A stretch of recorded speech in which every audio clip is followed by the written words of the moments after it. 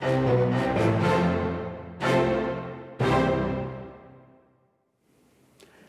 PJTV fans, I'm Andrew Klavan, and I'm here with the man who is virtual president, played more rounds of miniature golf than any other. It's Bill Whittle. And Bill, your question comes, I guess as virtual president, you have to play miniature golf. Bill, your question comes from King Korihor. King Korihor. What is a reasonable tax? That's a great question. It's a great question, yeah. Well, if you're one of those Euro weenie carbonophobic, nanny state boy child creeps, then I guess everything you make is a reasonable tax, right? Because why would you want to spend your own money? It would just make you look better than other people.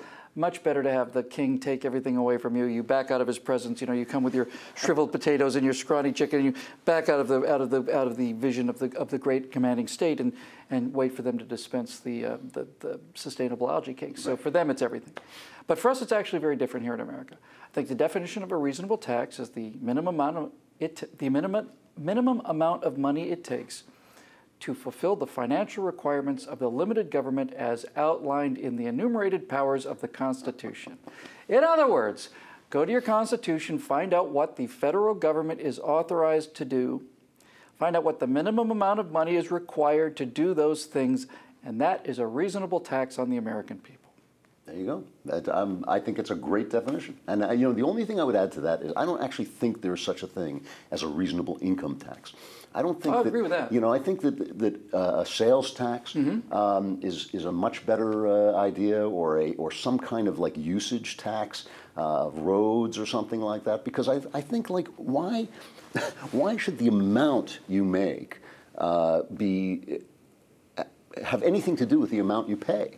It should be the amount you spend. What you're using, what you're doing. And an income tax penalizes hardworking middle-class people, the people who's sitting on piles of money, and Scrooge McDuck, they're swimming in coins. That they don't get penalized on an income tax. The only I should say I mean to say a graduated income tax. I think if it's 10% for everybody, fine. Correct. Then you're paying more. Correct. If you have Correct. The progressive tax idea is the idea that somebody owes a higher percentage because they make more. That's what I think is unreasonable. But the example I've used that I like quite a lot is the way to think about tax should be the way we think about tax in the grocery line at the supermarket on the 4th of July. I don't get to look in the person's wallet behind me to see if they're making less money than me so that I have to give them money, and I don't get to check the person in front of me, see if they're more money, so I get to take some more money. If I buy more expensive stuff or more stuff, I pay more money. But if I don't, I don't. And if I decide I don't want to pay so much in taxes, I can spend less and pay less. But we're all equal in the eyes of God and in the eyes of the IRS. We all pay 6% or 12% or 19%, whatever the number is.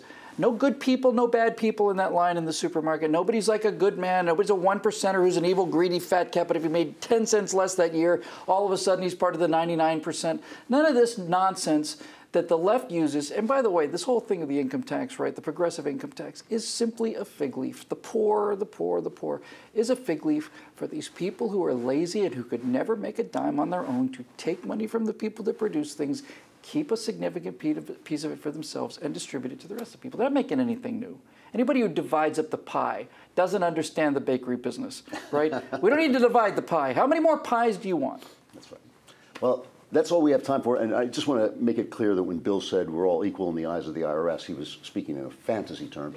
Let us know what questions you'd like answered by leaving them in the comments section below. For Bill Whittle and PJTV, I'm Andrew Klavan. Thanks for watching.